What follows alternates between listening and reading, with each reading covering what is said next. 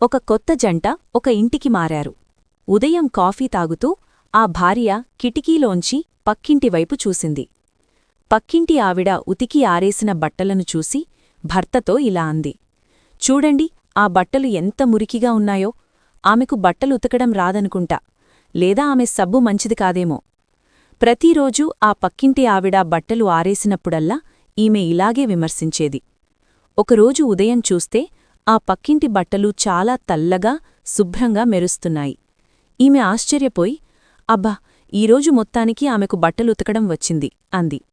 అప్పుడామె భర్త నవ్వి ఇలా అన్నాడు, కాదు డియర్, ఈరోజు ఉదయం నేను లేచి మన కిటికీ అద్దాన్ని శుభ్రంగా తుడిచాను. అందుకే నీకిప్పుడు అవతలి దృశ్యం స్పష్టంగా కనిపిస్తోంది. నీతి: మనమితరులను విమర్శించే ముందు వాళ్లు సరిగ్గా లేరు, వాళ్లు తప్పు చేస్తున్నారు అని తీర్పు తీర్చే ముందు ఒక్కసారి మన హృదయమనే కిటికీని శుభ్రం చేసుకోవాలి. మనం చూసే దృష్టి మురికిగా ఉంటే ఎదుటివారిలో మంచితనమున్నా మనకు మురికే కనిపిస్తుంది. బైబిల్ వాక్యం స్క్రీన్పై చూపించడానికి: నీ కంటిలోని దూలమును ఎంచక నీ సహోదరుని కంటిలోన నలుసును చూచుటయ్యేలా. మత్తయి 7:3